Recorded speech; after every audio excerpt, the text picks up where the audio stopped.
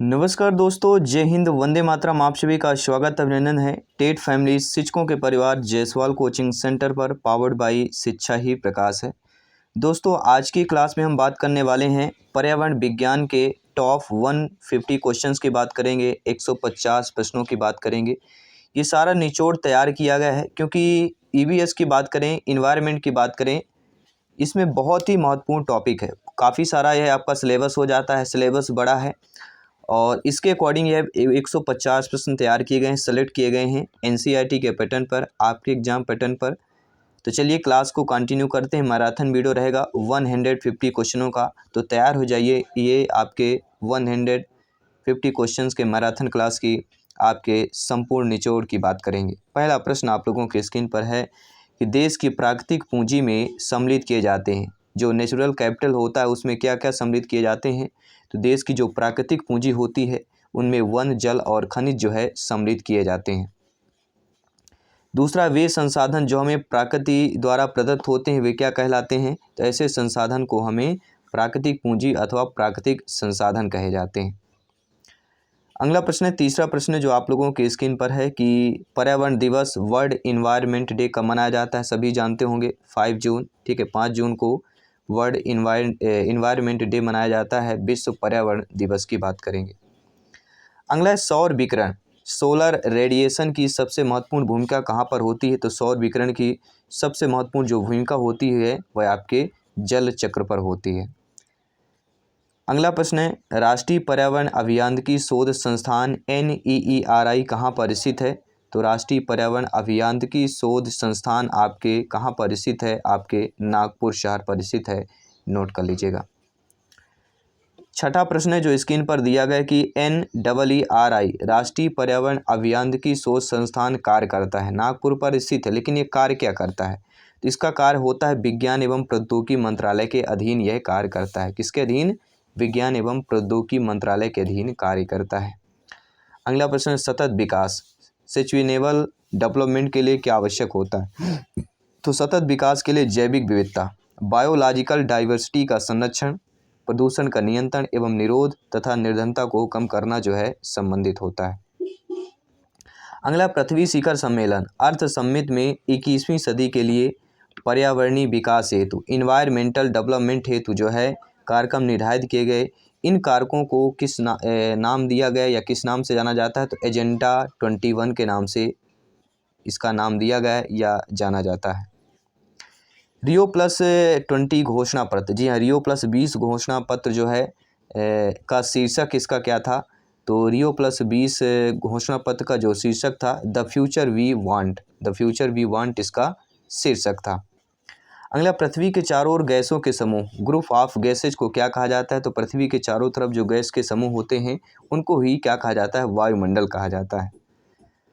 अगला प्रश्न है, वायु है एक मिश्रण, पृथ्वी शिखर सम्मेलन अर्थ जो का योजना किया गया था, कब किया गया था? देखिए, वायु सभी लोग जानते हैं वायु है, और एक मिश्रण पृथ्वी शिखर सम्मेलन का जो योजना किया गया था वह रियो डी जेनेरो ब्राज़ील पर किया गया था। अगला, संयुक्त राष्ट्र संघ UNO यूनाइटेड नेशंस ऑर्गेनाइजेशन द्वारा पर्यावरण एवं सतत विकास का पहला पृथ्वी शिखर सम्मेलन आयोजित कब किया गया था? तो वर्ष 1992 में रियो डी जेनेरो ब्राज़ील पर किया गया था। Nitrogen 78%, oxygen 21%, argon 0.93%, carbon dioxide 0.038% इत्यादि गैसें पाई जाती हैं। किस पर पाई जाती हैं? तो वायुमंडल के एटमॉस्फेयर पर पाई जाती हैं। नोबल गैसों में वह गैस जो वायु में नहीं होती है, तो सभी लोग जानते हैं नोबल गैसों में वह गैस आपकी रेडान है जो आपके वायु पर नहीं पाई जाती है। वातावरण में सर्वाधिक गैस की प्रस्तुतता किसकी होती है? तो नाइट्रोजन का। इन्वायरमेंट साइंस की बात करेंगे, सभी लोग जानते हैं सर्वाधिक गैस नाइट्रोजन की बात की जाती है। यदि पृथ्वी पर पाई जाने वाले पेड़ पौधे वनस्पतियाँ समाप्त हो जाए तो किस गैस की कमी होगी? मान लीजिए पृथ्वी पर पेड़ पौधे समाप्त हो जाएंगे, तो पेड़ पौधे क्या हमें देते हैं, हम उनसे क्या ग्रहण करते हैं? अगर ऑक्सीजन की बात करें तो सभी परिचित होंगे, ठीक है। यदि पृथ्वी पर पाई जाने वाले पेड़ पौधे जो वनस्पतियाँ समाप्त हो जाएंगी तो ऑक्सीजन गैस की कमी हो जाएगी। अगला है 17 नंबर प्रश्न जो आप लोगों की स्क्रीन पर, वह कार्य जो पेड़ पौधे का नहीं है, वायु का प्रदूषण, पृथ्वी के कार्बन चक्र, में कार्बन डाइऑक्साइड की मात्रा को नहीं बढ़ाता। क्या नहीं बढ़ाता? तो प्रकाश संश्लेषण जो होता है, फोटोसिंथेटिक जो होता है, सिंथेसिस, ये आपके CO2 की मात्रा को नहीं बढ़ाता है आपके कार्बन चक्र में देखा जाए तो। कवक की बात करेंगे फंग का कि किसी पौधे की जड़ के साथ सहजीवन क्या कहलाता है? उसको ही दोस्तों माइकोराइजा कहा जाता है। ठीक है, कवक का किसी पौधे के जड़ के साथ सहजीवन क्या कहलाता है? माइकोराइजा कहलाता है। अगला, कीट बच्चे पौधे जो होते हैं अपना भोजन स्वयं बनाते हैं या नहीं? हाँ, तो यूट्रिकोरिया, नेफेंथिस, ड्रोसेरा एवं डायनिया ये पौधे कौन से कहलाते हैं? तो ये कीट बच्ची पौधे कहलाते हैं। जी हाँ, कीट बच्चे पौधे के एग्जाम्पल क्या हैं? आपके यूकैरियोटिक आपने पढ़ा होगा, या यूटिकेरिया पढ़ा होगा, नेफेंथिस पढ़ा होगा, ड्रोसेरा पढ़ा होगा, डायनिया पढ़ा होगा आपने। आम के वृक्ष का अर्धतना जो परजीवी होता है उसे क्या कहा जाता है? तो आम के वृक्ष का अर्धतना जो परजीवी होता है उसे लोस्थस कहते हैं, नोट कर लीजिएगा। अगला, पर इसकी अध्ययन इकोलॉजी स्टडीज की आधारभूत जो इकाई होती है वह क्या होती है? वह होती है पारिस्थितिक तंत्र, अर्थात हम इकोसिस्टम की बात करेंगे। अगला, पारिस्थितिक तंत्र इकोसिस्टम का प्रमुख चालक बल माना जाता है। किसका माना जाता है? तो पारिस्थितिक तंत्र इकोसिस्टम का प्रमुख जो चालक बल है वह सौरिक विकिरण, सोलर रेडिएशन को माना जाता है। अगला, आहार जाल डाइट नेट की विविधता में वृद्धि का पारिस्थितिक तंत्र इकोसिस्टम पर क्या प्रभाव पड़ता है? तो ये इसमें जो है स्थिरता में क्या होती है? वृद्धि हो जाती है। समान पारिस्थितिक तंत्र इकोलॉजिकल सिस्टम की स्थिरता प्राप्त होती है तथा कायम रहती है। किस पर होती है? आपके स्वसाम्यवस्थित क्रियाविधि, ऑटोमेटिक प्रोसीड्यूर की बात करेंगे। पारिस्थितिक तंत्र जो शब्द है, फर्स्ट यूज ऑफ इकोसिस्टम का प्रयोग सर्वप्रथम कब किया गया? तो पारिस्थितिक तंत्र का प्रयोग सर्वप्रथम आपके A.G. टांसले द्वारा जो है किया गया था, या A.G. टांसले ने किया था। काफ़ी बार रिपीट हुआ है प्रश्न। श्वसन की क्रिया क्या कहलाती? तो श्वसन की क्रिया जो होती है वह अपचायक होती है। क्या होती है? श्वसन की क्रिया अपचायक के रूप में कार्य करती है। एंड प्रकाश संश्लेषण फोटोसिंथेसिस किस में होती है? तो प्रकाश संश्लेषण लाल व नीले रंग पर होती है, ये आपको नोट कर लेना है। प्रकाश संश्लेषण की क्रिया फोटोसिंथेसिस में कार्बन डाइऑक्साइड CO2 जल H2O का क्रमशः क्या होता है? तो अपचयन एवं ऑक्सीकरण होता है। मतलब CO2 का अपचयन होता है और जल का क्या होता है? ऑक्सीकरण हो जाता है। सभी उपभोक्ताओं कंज्यूमर्स को गुण पाया जाता है किसमें? तो जो भी जितने भी उपभोक्ता होते हैं, कंज्यूमर होते हैं, उनमें परपोषी होस्ट का जो है गुण पाया जाता है। द्वितीयक उत्पादकता सेकेंडरी प्रोड्यूसर क्या कहलाते हैं? तो द्वितीयक उत्पादकता हो परपोषी उपभोक्ता जंतुओं को द्वितीयक उत्पादक या सेकेंडरी प्रोड्यूसर कहा जाता है। वे जंतु जो दूसरे जंतुओं का शिकार एनिमल हंटिंग करके अपना भोजन प्राप्त करते हैं उन्हें ही प्रीडेटर्स कहलाते हैं। वे जंतु जो दूसरे जंतुओं का शिकार करके अपना भोजन प्राप्त करते हैं उन्हें क्या कहा जाता है? प्रीडेटर्स कहा जाता है। कुछ जंतु शाकाहारी एवं मांसाहारी दोनों होते हैं, उन्हें ही सर्वभक्षी कहा जाता है। ओमनिवोरस की बात करेंगे, ठीक है, सर्वभक्षी की बात करेंगे। प्रकृति का मेहतर नेचर स्क्वेंजर कहा जाता है। तो सभी लोग जानते हैं प्रकृति के मेहतर जो अपघटक एवं कवक होते हैं इनको ही प्रकृति का मेहतर या स्क्वेंजर कहा जाता है। जीवी एवं अजीव घटकों में संबंधित स्थापित करते हैं। तो जो अपघटक होते हैं वे जीव एवं अजीव घटकों में संबंध स्थापित करते हैं। हम अपघटकों की बात करेंगे। किसी भी पारिस्थितिक तंत्र इकोसिस्टम में एक निश्चित समय में अजीवित पदार्थ की मात्रा को संज्ञा प्रदान की जाती है, खड़ी अवस्था में की जाती है। काफ़ी सारे प्रश्न पूछे जाते हैं। खाद्य श्रृंखला फूड चेन में ऊर्जा का प्रभाव क्या होता है? तो ऊर्जा सभी लोग जानते हैं खाद्य श्रृंखला में एक ही दिशा में आपकी चलती है। एक संपूर्ण समुदाय इकोसिस्टम के सभी जीवों में संबंध स्थापित करता है। खाद्य जाल जो फूड वेब होता है वह एक संपूर्ण समुदाय इकोसिस्टम के सभी जीवों में संबंध जो स्थापित करता है खाद्य जाल या फूड वेब कहलाता है। पर्यावरण संरक्षण अधिनियम एनवायरमेंटल प्रोटेक्शन एक्ट कब पारित किया गया? तो इन्वायरमेंट प्रोटेक्शन एक्ट पर्यावरण संरक्षण अधिनियम 23 मई 1986 को पारित हुआ था। देखिए आपने अक्सर पढ़ा होगा 1986, लेकिन अगर ज़्यादा डिग्री से पूछा जाएगा तो 23 मई, तारीख महीना सब कुछ आपको याद करना है।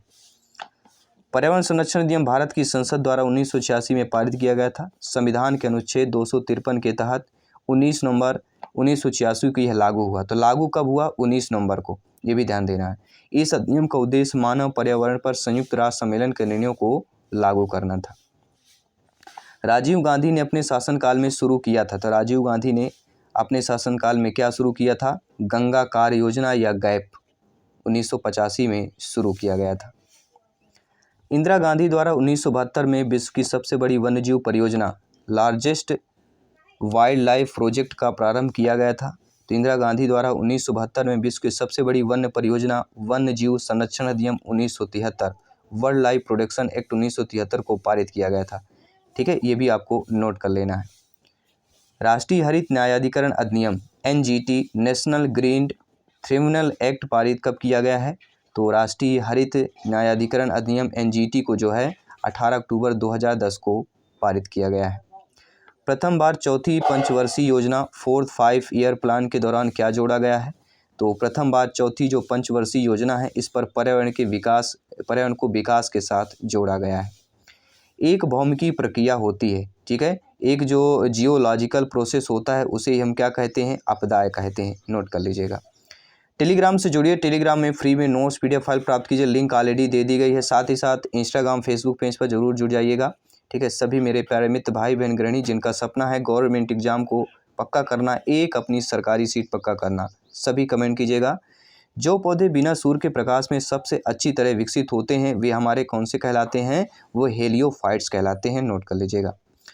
सूर्य प्रकाश की कम तीव्रता में सबसे अच्छे उगते हैं। तो सूर्य प्रकाश की कम तीव्रता में, ठीक है, जो सूर्य की प्रकाश होती है वह कम तीव्रता में सबसे अच्छे जो उगते हैं उसे हम सियोकाइट्स कहते हैं। यानी छाया में उगने वाले वनस्पति को क्या कहा जाता है? सियोकाइट्स कहा जाता है। कभी कभी पूछा जाता है सूर्य के प्रकाश में कितने रंग होते हैं? तो ऊर्जा के प्रमुख संचालक सूर्य के प्रकाश 7 प्रकार के रंग मौजूद होते हैं। लाल, पीला, हरा, नीला, आसमानी, बैगनी, नारंगी की बात करेंगे। और इस पद्धति में सूर्य के प्रकाश में 7 प्रकार के रंगों को शरीर के विभिन्न अवयव जो है ग्रहण करते हैं। वे जंतु जिनका रुधिर या ब्लड गर्म होता है और जो अपने शरीर का तापमान बॉडी टेम्परेचर किसी भी वातावरणीय परिस्थिति में स्थिर बनाए रखते हैं क्या कहलाते हैं? होम्योथार्मिक या एंडोथार्मिक पक्षी व स्तनधारी कहलाते हैं। वायुमंडल का ठंडा होना गर्म होना प्रत्यक्षतः सूर्य ताप के कारण न होकर निर्भर होता है, किस पर निर्भर होता है? तो भौमिकी विकिरण पर जो है निर्भर होता है। अगला प्रश्न दिया गया है कि मानव को सामूहिक जीवन ह्यूमन बीइंग्स लाइफ प्रदान किया गया है पशुपालन की बात करेंगे। जी हाँ, मानव को सामूहिक जीवन प्रदान किया गया किसकी? पालन की बात करेंगे। खेती की सर्वाधिक पुरातन प्रणाली कौन सी कहलाती? तो खेती की सर्वाधिक जो पुरातन प्रणाली है वह झूम या स्थानांतरण कृषि की बात करेंगे। स्लैश एंड बर्न फार्मिंग की बात करेंगे। विश्व तथा भारत में आज भी झूम या स्थानांतरण कृषि प्रचलित है। कहाँ कहाँ प्रचलित है? तो दक्षिणी एवं दक्षिण पूर्वी एशिया और पूर्वोत्तर भारत में आज भी यह प्रचलित है। मनुष्य के लिए सर्वाधिक कार्यक्षम तापमान तथा आर्द्रता कितनी होती है? तो 25 सेंटीग्रेड एवं आर्द्रता जो होती है वह 60% तक की होती है। औद्योगिक क्रांति आपने नाम सुना होगा, इंडस्ट्रियल रिवॉल्यूशन की बात करेंगे। तो इंडस्ट्रियल रिवॉल्यूशन सर्वप्रथम प्रारंभ हुई थी, कब हुई थी? औद्योगिक क्रांति सर्वप्रथम जो है इंग्लैंड में जो है प्रारंभ हुई थी, ये नोट कर लेना है। सांस्कृतिक पर्यावरण कल्चरल इन्वायरमेंटल के विभिन्न तत्वों का विकास एवं संवर्धन किस काल में संभव हुआ है? तो कृषि विकास के विभिन्न चरणों एवं अवस्थाओं पर जो है संभव हुआ है। मानव भूगोल के जन्मदाता फादर ऑफ ह्यूमन जियोग्राफी की संज्ञा प्रदान की गई थी किसके द्वारा? फ्रेडरिक रेटजल के द्वारा जो है प्रदान की गई थी। पर्यावरणीय समस्याओं इन्वायरमेंटल प्रॉब्लम्स का प्रादुर्भाव प्रारंभ हुआ था औद्योगिक क्रांति पर। किस पर हुआ था? इंडस्ट्रियल रिवॉल्यूशन की बात करेंगे। तो पर्यावरणीय समस्याओं का प्रादुर्भाव जो प्रारंभ है वह औद्योगिक क्रांति पर हुआ था। एवं आर्थिक निश्चयवाद की भी बात करते हैं। मेघ बीजन की बात करेंगे। क्लाउड सीडिंग में यौगिकों का प्रयोग किया जाता है। तो ठोस कार्बन डाइऑक्साइड, ड्राई आइस एवं आयोडीन के यौगिकों को किया जाता है। इकोलॉजी पर इसकी शब्द जो है इकोलॉजी वर्ड का सर्वप्रथम प्रयोग किसने किया? तो अर्नेस्ट हेक्ले ने 1869 में किया था। ये भी काफ़ी बार पूछा गया प्रश्न है। पर स्थिति के जनक जो है फादर ऑफ इकोलॉजी की संज्ञा किसने प्रदान की? तो अर्नेस्ट हेक्ले ने ही की थी। ये भी आपको नोट कर लेना है। पर स्थिति अर्थात इकोलॉजी के अंतर्गत पारस्परिक अध्ययन म्यूचुअल स्टडी जो किया जाता है वह वातावरण एवं जीव समुदाय का किया जाता है। रंध्रों स्टोमेटा का खुलना और बंद होना निर्भर करता है प्रकाश पर। जी, जो रंध्र होते हैं इनका खुलना और बंद हो किस पर निर्भर करता है, तो प्रकाश पर ही निर्भर करता है। वाष्पोत्सर्जन की जो क्रिया होती है, ट्रांसपिरेशन की जो क्रिया होती है, उसे क्या कहा जाता है, उसे ही जैविकी या बायोलॉजिकल कहा जाता है। अगला, विटामिन ए, डी तथा कैरोटीन के निर्माण में महत्वपूर्ण भूमिका किसकी होती है, तो विटामिन डी का जिक्र हुआ तो प्रकाश का अर्थ ही नाम है। तो विटामिन ए, डी तथा कैरोटीन के निर्माण में जो है महत्वपूर्ण भूमिका प्रकाश की होती है। अल्पदीप्तकाली जो पौधे होते हैं उनको क्या कहा जाता है, तो अल्पदीपकाली पौधे कौन कौन से होते हैं, तंबाकू और सोयाबीन, ये ऐसे पौधे हैं जो अल्पदीपकाली पौधे कहलाते हैं। छायाप्रति पौधे को क्या कहा जाता है, तो हीलियोफोबस। जी हाँ, छायाप्रति पौधे को हेलियोफोबस कहा जाता है, नोट कर लीजिएगा। एंजाइम क्रियाशील, एंजाइम फंक्शनल का सर्वोत्तम ताप कितना होता है, तो एंजाइम क्रियाशील का 25 से 30 सेंटीग्रेड जो है इसका सर्वोत्तम तापमान होता है। एंजाइम का विकृतीकरण हो जाता है, किस पर होता है, कितने सेंटीग्रेड पर हो जाता है, तो एंजाइम का जो विकृतीकरण है वह आपके 60 से 70 सेंटीग्रेड पर जो है हो जाता है। अल्पाइन जो वृक्ष होते हैं भारत में कहाँ मिलते हैं, तो अल्पाइन जो वृक्ष होते हैं भारत के 36 से लेकर 4000 मीटर ऊंचाई पर मिलते हैं। ये वन प्राय हिमालय के दक्षिण ढलाने, दक्षिण और उत्तर पूर्व भारत के अधिक ऊंचाई वाले भागों में पाए जाते हैं। अधिक ऊंचाई पर प्रायः शीतोष्ण कटिबंधीय घास के मैदान पर पाए जाते हैं। स्थायी बर्फ लाइन की भारत में ऊंचाई कितनी है, तो स्थायी जो बर्फ लाइन है इसकी जो ऊंचाई है आपके 4000 मीटर की बात करेंगे। अंकुरण के लिए बीजों को कम तापमान पर रखना क्या कहलाता है, तो अंकुरण को जो है जर्मिनेशन के लिए बीजों को कम ताप पर रखना आपके वसंतीकरण कहलाता है। जी हाँ, अगला प्रश्न है, मरुद्भिद पौधे वुडी प्लांट्स के प्राय पत्तियां बदल जाती हैं, किस रूप में बदल जाती हैं, तो मरुद्भिद जो पौधे होते हैं उनके जो पत्तियां होती हैं वे कांटों के रूप में बदल जाती हैं। आर्द्रता, ह्यूमिडिटी को मापा जाता है, किससे मापा जाता है, तो सापेक्षिक आर्द्रता की प्रतिशत इकाई में जो है आर्द्रता को मापा जाता है।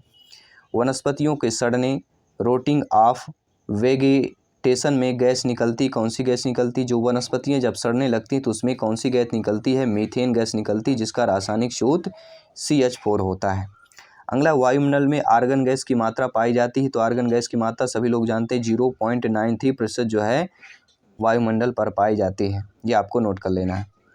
पौधे की सभी पोषक तत्व से युक्त कार्बनिक पदार्थ, ऑर्गेनिक जो मैटर होता है उनको क्या कहा जाता है, ह्यूमस की बात करेंगे। ठीक है, पौधों की सभी पोषक तत्वों से युक्त कार्बनिक पदार्थ कौन होता है, ह्यूमस होता है। एंड भारत में अवनालिका क्षरण से सर्वाधिक प्रभावित क्षेत्र जो आपका मालवा का पठार और चंबल घाटी क्षेत्र कहलाते हैं।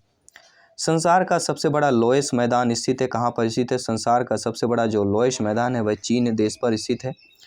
एंड वायु द्वारा उड़कर दूसरे स्थान पर पहुंची मृदा क्या कहलाती है, तो वायु द्वारा देखते होंगे हवा द्वारा जो उड़कर मिट्टी जाती है दूसरे स्थान पर जाती है उसे वातोड़ मृदा या इकोलाइन सोल कहा जाता है, ये भी नोट कर लेना है। देखिए, अधोमृदा के सनिस्तर को क्या कहा जाता है, तो सोयल हेरिजन के जो होते हैं जिसे हम अधोमृदा के नाम से जानते हैं। अधोमृदा जो मिट्टी होती है मृदा के सनिस्तर को बी सनिस्तर कहा जाता है, कई स्तर में बांटा गया तो इसको बी सनिस्तर कहा जाता है। ऊर्जा का प्रवाह, एनर्जी फ्लो एक ही दिशा में होते हुए भी कई पथों से गुजरता है, उस पथ को ही खाद्य जाल कहा जाता है, खाद्य जल में गुजरता है।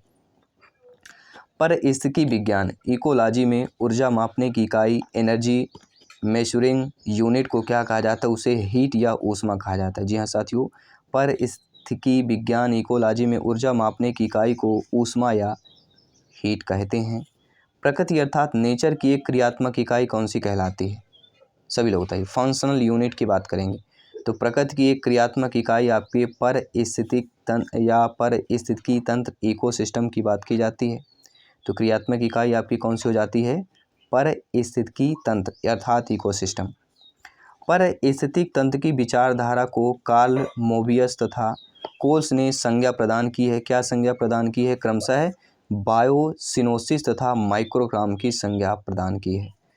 पर्यावरण इन्वायरमेंटल क्या होता है, तो हमारे चारों ओर का वातावरण जो हमें अन्य जीवधारियों को प्रभावित करता है पर्यावरण या इन्वायरमेंट कहलाता है। एंड अगला प्रश्न है कि भारत में सबसे अधिक वन जो है किस प्रदेश में पाए जाते हैं, तो भारत में सबसे अधिक वन जो है मध्य प्रदेश में पाए जाते हैं। क्षेत्रफल की दृष्टि से देखा जाए तो सर्वाधिक वनावरण वाले 3 राज्य आते हैं मध्य प्रदेश, जिसमें 77,414 वर्ग किलोमीटर पर वन जो है फैला हुआ है, वन आच्छादित है। एवं दूसरे नंबर पर अरुणाचल प्रदेश आता है जो 66,964 वर्ग किलोमीटर पर फैला हुआ है। छत्तीसगढ़ तीसरे नंबर पर आता है जो 55,347 वर्ग किलोमीटर पर फैला हुआ है। तो क्षेत्रफल की दृष्टि से वनों का देखा जाए तो मध्य प्रदेश, अरुणाचल प्रदेश और तीसरे नंबर पर आपका छत्तीसगढ़ राज्य आता है। पौधे अपनी खाद्य निर्माण प्रक्रिया फूड मैन्युफैक्चरिंग प्रोसेस में कार्बन डाइऑक्साइड गैस वायुमंडल से लेते हैं एवं बदले में जीवधारियों को सांस लेने के लिए मुक्त करते हैं। तो क्या मुक्त करते हैं? ऑक्सीजन को जो है मुक्त करते हैं।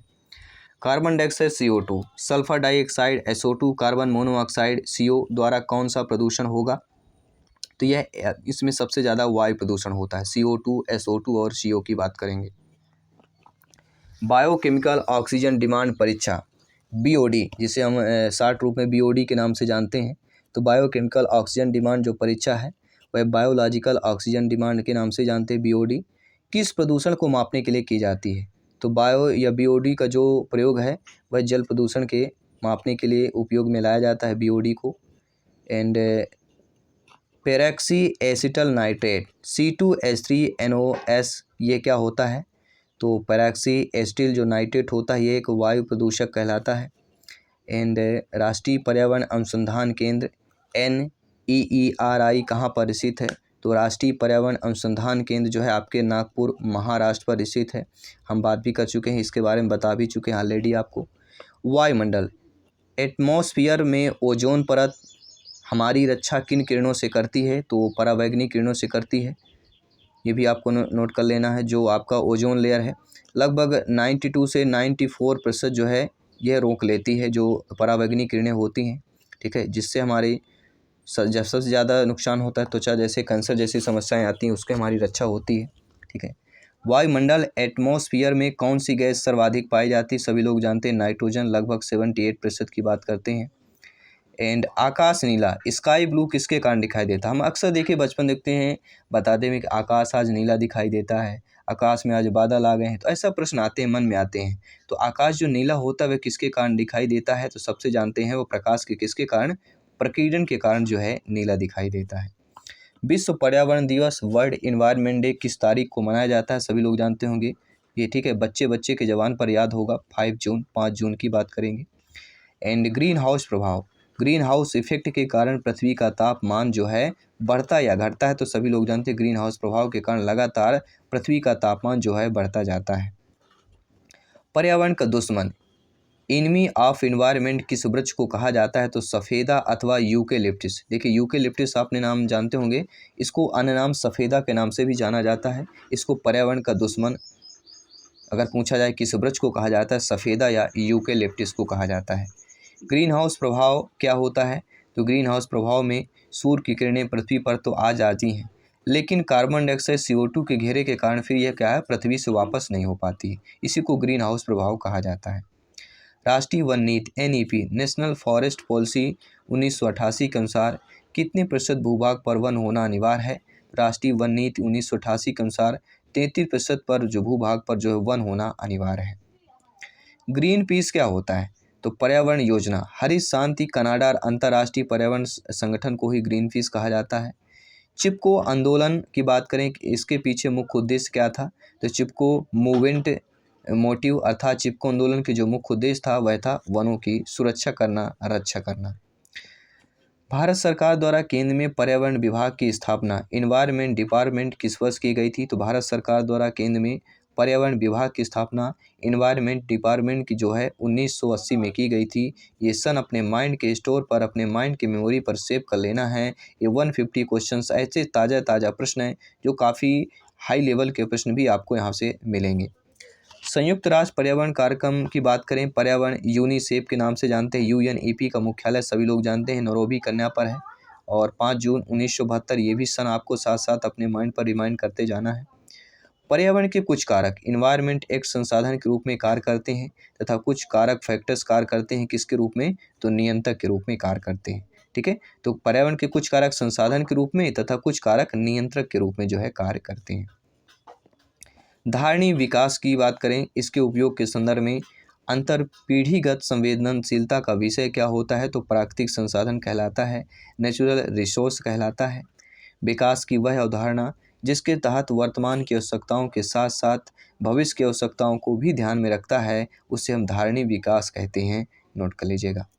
वर्ष 2002 में जोहान्सबर्ग में आयोजित पृथ्वी सम्मेलन का मुख्य मुद्दा क्या था? तो सतत विकास था। ठीक है, वर्ष 2002 में जो है जोहान्सबर्ग में आयोजित एक पृथ्वी सम्मेलन किया गया था और जिसका मुख्य मुद्दा था सतत विकास। संयुक्त राष्ट्र संघ USA में ने जो है सतत विकास लक्ष्यों का जो है निर्धारण किया है। वे कुल टोटल आपके 17 हैं। कितने हैं? संयुक्त राष्ट्र संघ USA ने सतत विकास लक्ष्यों को निर्धारण किया है और उनकी संख्या कुल 17 है। सतत विकास लक्ष्यों को प्राप्त करने की प्रगति की दिशा में विभिन्न देशों द्वारा किए गए प्रयासों की प्रगति जानने हेतु क्या होता है? तो आपके सस्टेनेबल डेवलपमेंट इंडेक्स को रखा गया है। ग्रीन पीस इंटरनेशनल का मुख्यालय कहाँ पर है? तो सभी लोग जानते हैं कनाडा पर यह स्थित है। ग्रीन पीस शाब्दिक अर्थ होता है हरित शांति। पर्यावरण चेतना का विश्वव्यापी आंदोलन है। इसकी स्थापना सन 1971 में जो है कनाडा में वैनकूवर में हुई थी। तात्कालिक रूप में यह अमेरिका USA द्वारा अलास्का में नाभिकीय हथियारों के परीक्षण का विरोध करने के लिए जो है बनी थी, किंतु बाद में इसका व्यापक रूप से जो है पर्यावरण की सुरक्षा के लिए फिर बाद में होता गया। इको मार्क सभी लोग परिचित होंगे। इको मार्क उन भारतीय उत्पादों को दिया जाता है, किन भारतीय उत्पादों को दिया जाता है? जो पर्यावरण के प्रति मैत्रीपूर्ण होते हैं, इन्वायरमेंट फ्रेंडली होते हैं। Bureau of Indian standards BIS act द्वारा वर्ष 1991 में क्या दिया जा रहा है? तो इको मार्क प्रमाण पत्र, इको मार्क सर्टिफिकेट दिया जा रहा है। कब से? BIS एक्ट 1991 के द्वारा। पर्यावरणीय अनुकूल उपभोक्ता उत्पादों इको फ्रेंडली कंज्यूमर प्रोडक्ट को चिन्हित करने के लिए सरकार ने क्या आरंभ किया है? तो इको मार्क जो है आरंभ किया है। धारणीय कृषि का अर्थ क्या होता है? सस्टेनेबल एग्रीकल्चर का जो अर्थ होता है भूमि का इस प्रकार प्रयोग कि उसकी गुणवत्ता अक्षुण्ण बनी रहे, मतलब सर्वदा बनी रहे। राजीव गांधी के नेतृत्व में पर्यावरण एवं वन संसाधन इन्वायरमेंट एंड फॉरेस्ट रिसोर्स का सृजन कब किया गया था? तो राजीव गांधी के नेतृत्व में 17 सितंबर 1985 को पर्यावरण एवं वन संसाधन का सृजन जो है किया गया था। मृदा में औसतन कार्बनिक पदार्थ ऑर्गेनिक जो होता है कितने पाया जाता है? तो 5% के आसपास जो है मृदा में औसतन कार्बनिक पदार्थ पाया जाता है। प्राकृतिक ऑक्सीजन क्या होता है?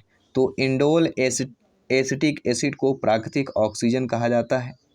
क्लोरोफिल के निर्माण के लिए अति आवश्यक तत्व क्या होता है? तो क्लोरोफिल का निर्माण करना है उसके लिए अति आवश्यक तत्व जो होता है वह होता है मैग्नीशियम। वाष्पोत्सर्जन की जो क्रिया होती है ट्रांसपिरेशन के लिए आवश्यक तत्व जो होता है वो होता है आपका पोटेशियम होता है। वह मृदा जल जिसे पौधे अपनी जड़ों द्वारा अवशोषित करते हैं उसे ही कोशिका जल कहा जाता है। जी हाँ साथियों, वह मृदा जल जिसे पौधे अपने जड़ों द्वारा अवशोषित कर लेते हैं वह कोशिका जल कहलाता है। जल धारण क्षमता मैक्सिमम वाटर होल्डिंग सर्वाधिक कहाँ पर होती है? तो किस मिट्टी पर? काली मिट्टी पर। जी हाँ, जल धारण क्षमता सर्वाधिक काली मिट्टी पर होती है। एंड महाराष्ट्र, कर्नाटक, गुजरात और मध्य प्रदेश में काली मिट्टी प्रचुर मात्रा में जो है पाई जाती है। इसमें मैग्नीशियम, चूना, लौह तत्व, कार्बनिक पदार्थों की प्रचुरता होती है क्योंकि ये दक्कन के ट्रैप की लावा, चट्टानों, टूटने, झरने से बनी हुई मिट्टी है और मटियार मृदा के नाम से भी जाना जाता है। सूक्ष्मदर्शी कणों का समूहन है जिसकी ऊपरी सतह रंग हल्का भूरा, पीला एवं हल्का काला होता है। इसमें दोमट मिट्टी की तुलना में चीका की मात्रा अधिक पाई जाने के कारण नमी धारण करने की क्षमता अधिक होती है। इसमें अगर बालू की मात्रा 28%, सिल्ट की मात्रा 37% और चीका की मात्रा 35% के आसपास मानी गई है और पाई जाती है। जलक्रांत मृदा वाटर लॉज सोल जो की बात करेंगे वनस्पतियाँ कहाँ पर मिलती है? तो जलक्रांत जो मृदा है वह मैंग्रोव वन पर मिलती हैं। ये वो सारी वनस्पतियाँ पौधों की वृद्धि तथा मृदा से पोषक तत्वों का अवशोषण सर्वाधिक pH मान होता है। कितना होता है? पौधों की वृद्धि तथा मृदा से पोषक तत्वों का अवशोषण सर्वाधिक pH मान 6 से लेकर 7 तक होता है। नोट कर लीजिएगा। सभी लोग जानते हैं pH मान जो 7 होता है वह उदासीन कहलाया जाता है। 7 से कम अम्लीय होता है, 7 से अधिक क्षारीय होता है। सर्वाधिक उर्वरता को धारण करने वाली जो मृदा मिट्टी है वह मटियार क्ले कहलाती है। सर्वाधिक उर्वर मृदा या मिट्टी कौन सी कहलाती है? दोमट मिट्टी या जलोढ़ मिट्टी कहलाती है। चूना प्रधान मिट्टी, जी हाँ साथियों, चूना प्रधान मिट्टी में उगने वाले पौधों को क्या कहा जाता है? जो मिट्टी में सबसे ज़्यादा चूना पाया जाता है उस प्रकार की मिट्टी पर उगने वाले जो पौधे होते हैं कैल्सिकोल्स कहलाते हैं। सर्वाधिक कार्बनिक पदार्थ किस में पाया जाता है? तो सर्वाधिक कार्बनिक पदार्थ पीट मृदा, शायद आपने नाम ना सुना हो, पीट या जिसे जैविक मिट्टी के नाम से भी जानते हैं, भारी वर्षा और उच्च आर्द्रता से युक्त क्षेत्रों में पाई जाती है। यह मिट्टी लगभग 1 लाख वर्ग किलोमीटर पर पाई जाती है। इन मिट्टियों में वनस्पति की अच्छी बढ़वार होती है। दलदली क्षेत्रों में अधिक मात्रा में जैविक पदार्थों में जमा होने से इस मिट्टी का निर्माण हुआ है। न्यूमेटाफोर्स श्वसन फूल कहाँ पर मिलता है? तो मैग्रोवन वनस्पतियों पर जो है न्यूमेटाफोर्स या श्वसन मूल मिलता है। एंड पूर्ण मूल परजीवी तथा स्तंभ परजीवी क्या कहलाता है?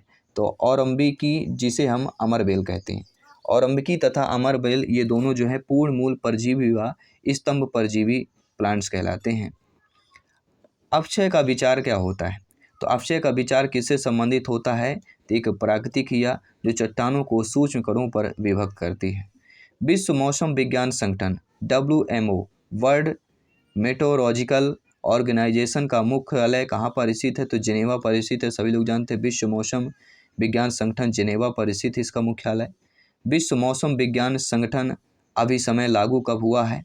तो मेट्रोलॉजिकल ऑर्गेनाइजेशन कन्वेंशन लागू कब हुआ है? 23 मार्च 1950 को। तो विश्व मौसम विज्ञान संगठन अभिसमय 23 मार्च 1950 को लागू हुआ है। UNEP संयुक्त राष्ट्र पर्यावरण कार्यक्रम का मुख्यालय कहाँ पर स्थित है? तो हम बात भी कर चुके हैं, नोरेबा पर स्थित है। ठीक है, नैरोबी की बात करेंगे, शायद ये प्रश्न रिपीट हुआ है। इस प्रश्न को हम VVIP कैटेगरी पर रखेंगे। अगला दिया गया प्रश्न साथियों बहुत ही अच्छा प्रश्न दिया गया है। आई होप आप सभी लोग जानते होंगे कि संयुक्त राष्ट्र पर्यावरण कार्यक्रम UNEP की स्थापना कब हुई है? तो नैरोबी में तो हुई थी, लेकिन इसकी स्थापना वर्ष 1972 पर हुई है। UNEP के वर्तमान प्रमुख कौन है? तो UNEP के वर्तमान प्रमुख सभी लोग बताइए नीचे कमेंट बॉक्स में कौन कौन है, सभी लोग बताइएगा। EPA का पूर्ण रूप क्या होता है? तो EPA का पूर्ण रूप जो है इन्वायरमेंटल प्रोटेक्शन एजेंसी होता है। EPA का संयुक्त राष्ट्र अमेरिका की संघीय एजेंसी जिसकी स्थापना की गई थी 1 दिसंबर 1970 की गई थी। जी हाँ साथियों, EPA संयुक्त राष्ट्र अमेरिका संघीय एजेंसी है जिसकी स्थापना 1 दिसंबर 1970 को हुई थी। NEA से आशय क्या होता है? तो NEA से आशय है नेशनल एनवायरनमेंट अथॉरिटी की बात करेंगे। सतत विकास रिपोर्ट सस्टेनेबल डेवलपमेंट रिपोर्ट 2021 या सतत विकास सूचकांक 2021 में भारत के को स्थान पर रखा गया। कितने स्थान पर रखा गया? तो भारत को 120वें स्थान पर रखा गया है। वर्षा की मात्रा निर्भर करती है, रेनफॉल जो है किस पर निर्भर करता है? तो वायुमंडल की नमी पर जो है निर्भर करता है। जलमंडल जिसे हम हाइड्रोस्फीयर के नाम से जानते हैं, स्थलमंडल लिथोस्फीयर के नाम से जानते हैं, जयमंडल बायोस्फीयर तथा जीवों में से पृथ्वी का सर्वाधिक बृहद जो पारिस्थितिक तंत्र होता है, लार्जेस्ट इकोसिस्टम होता है, वह आपका जयमंडल बायोस्फीयर कहलाता है। नेशनल ग्रीन ट्रिब्यूनल NGT की भारत सरकार द्वारा कब स्थापना हुई? 2010 में हुई थी। ये भी शायद क्वेश्चन रिपीट कर रहे हैं। इस प्रश्न को भी हम VVIP कैटेगरी पर रखेंगे, वेरी इंपॉर्टेंट प्रश्न पर रखेंगे। पर्यावरण से अभिप्राय है भूमि, जल, वायु, पौधे, पशुओं की प्राकृतिक दुनिया जो इनके चारों ओर अस्तित्व में है, उन संपूर्ण दशाओं का योग जो व्यक्ति को एक समय बिंदु पर घेरे हुए होती है, उसी को ही भौतिकी, जैविकी, सांस्कृतिक तत्वों की अंतःक्रियात्मक अवस्था को अंतः संबंधित होती है। पृथ्वी में पाए जाने वाले भूमि, जल, वायु, पेड़ पौधे, जीव जंतुओं का समूह जो हमारे चारों ओर सामूहिक रूप से क्या कहलाता है? तो हमारे चारों ओर जो सामूहिक रूप से पर्यावरण या इन्वायरमेंट कहलाता है। पर्यावरण किसी जीव के चारों तरफ घिरे भौतिक एवं जैविक दशाएं एवं उनके साथ अंतःक्रिया को सम्मिलित करता है। तो पर्यावरण संरक्षण अधिनियम 1986 की परिभाषा के अनुसार करता है। पर्यावरणीय सुरक्षा इन्वायरमेंटल प्रोटेक्शन किससे संबंधित नहीं होता है? तो गरीबी कम करने का पर्यावरण सुरक्षा से संबंधित कोई आपका संबंधित नहीं होता है। भारत में पर्यावरण संरक्षण अधिनियम जो है इन्वायरमेंट प्रोटेक्शन एक्ट कब पारित हुआ? 1986 में पारित हुआ था। हमने आपको तारीख डेट भी बताया था, नीचे कमेंट करके बताइए। अगर आपने ध्यानपूर्वक सभी प्रश्नों को देखा होगा तो इस प्रश्न का जरूर करिए, ठीक है। तो विस्मृति पर मत जाइए, स्मृति पर जाइए। विस्मृति हमने आपको बताया था, जब हम पेडागोजी क्लास करते हैं तो विस्मृति वही होता है कि जब हम एक बार पढ़ लेते हैं दोबारा आता है तो भूल जाते हैं, ठीक है। तो विस्मृति को छोड़ना है और स्मृति को अपनाना है। तो जब ये स्मृति को अपनाएंगे तो सारे प्रश्न आपके माइंड पर स्टोर होंगे और एग्जाम हॉल में सारे स्टोर जो होते हैं वहाँ पे आपके ओपनली हो जाएंगे और आपका एक एक प्रश्न का जवाब, फीडबैक, आंसर सही होगा, ठीक है। तो पर्यावरण, इन्वायरमेंट जो होता है वह बनता है, किससे बनता है? तो जीवी घटकों, भू आकृति घटकों, अजैव घटकों से जो आपका पर्यावरण बनता है। ताप, वर्षा, वायु, मृदा, मिट्टी आदि कैसे कारक होते हैं? तो ये सारे अजैव कारक हैं। अजैव कारक के एग्जाम्पल ताप, वर्षा, वायु, मृदा, ये सारे अजैव कारक कहलाते हैं। कौन सा सर्वभक्षी जीव होता है? तो सभी लोग जानते होंगे चील एक ऐसा जीव है जो सर्वभक्षी जीव पर गिना जाता है। डीडीटी की अधिकतम सांद्रता किसमें होती है? तो सभी लोग जानते हैं डीडीटी की अधिकतम सांद्रता गिद्ध पर होती है। वन, तालाब और झील किसके प्रकार होते हैं? तो सभी परिचित होंगे, वन, तालाब और जो झील होते हैं यह परितंत्र के प्रकार होते हैं। खाए हुए भोजन का कितना प्रतिशत जैव मात्रा में बदलता है? तो सभी लोग जानते होंगे खाए हुए भोजन का केवल 10% का। और 10% का नियम किसने दिया? सभी लोग बताइएगा फीडबैक कमेंट बॉक्स में। नगरों में किस रंग के कूड़ेदान में जैव निम्नीकृत कचरा डाला जाता है? तो नगरों में देखते होंगे, अक्सर देखते होंगे कूड़ेदान में जो है कौन सा रंग बना होता है? हरा रंग का बना होता है, ठीक है। तो नगरों में देखेंगे, महानगर में भी देख लेंगे, ठीक है। तो हरे रंग के कूड़ेदान में जैव निम्नीकृत कचरा जो है डाला जाता है। और 150वां क्वेश्चन है, 151वां प्रश्न है, किसी पोषी स्तर को अंतिम माना जाता है? तो किसी पोषी स्तर को, तो जो फर्स्ट यानी छठवां जो पोषी स्तर होता है उसको अंतिम स्तर माना जाता है। तो thanks for watching video classes and loving and sharing. I hope सभी प्यारे मित्र ये 150 जो क्वेश्चंस रहे 151 क्वेश्चन को आपने अच्छे तरीके से अपने माइंड पर स्टोर किया है। आई होप ये एग्जाम में आने वाले संभावित प्रश्न हैं। इसके साथ साथ ईवीएस की क्लासेज आपको ऑलरेडी मिल जाएगी। बहुत ही अच्छी बेहतरीन क्लासेज आपकी चल रही हैं, आपके एग्जाम पैटर्न के अकॉर्डिंग चल रही है और उन्हीं प्रश्न को किया जा रहा है जो एग्जाम पर आए हुए हैं, संभावित प्रश्न या पूछे जाने वाले प्रश्न आपके सिलेबस के अकॉर्डिंग है। मैं आपके साथ जायसवाल सर जल्द मिलता हूँ आपकी अगली क्लास पर। सभी मित्रों को जय हिंद, वंदे मातरम, धन्यवाद सभी का।